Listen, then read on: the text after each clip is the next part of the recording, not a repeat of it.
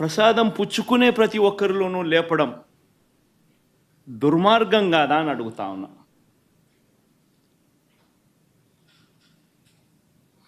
అపవిత్రం కాదా అని అడుగుతా ఉన్నా.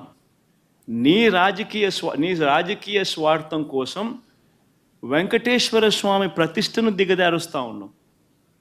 నీ రాజకీయ స్వార్థం కోసం వెంకటేశ్వర స్వామి ప్రసాదానికి సంబంధించిన విశిష్టతను దిగజారుస్తూ ఉన్నావు.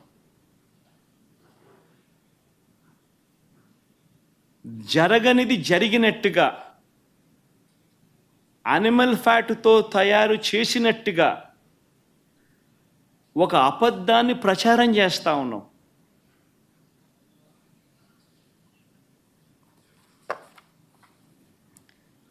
ధర్మమేనా అని అడుగుతా ఉన్నా.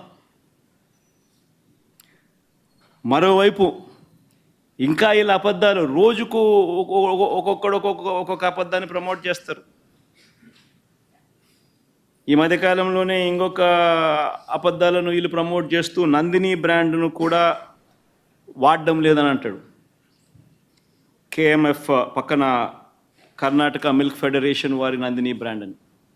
నేను అడుగుతా ఉన్నా, 2015 నుంచి 2019 చంద్రబాబు నాయుడు గారి హయాంలో 2015 నుంచి 2018 అక్టోబర్ దాకా నందిని బ్రాండ్ ఎందుకు లేదు? చంద్రబాబు నాయుడు గారు కొనుగోలు చేసిన 6 నెలలకు ఒకసారి పిలిచిన టెండర్ల ప్రక్రియలో ఎందుకు లేదు?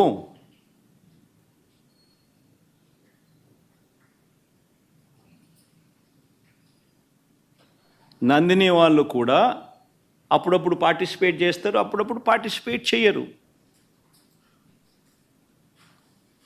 మన హయాంలో కూడా 2019 తర్వాత మన హయాంలో కూడా నందిని వాళ్ళు అప్పుడప్పుడు పార్టిసిపేట్ చేశారు.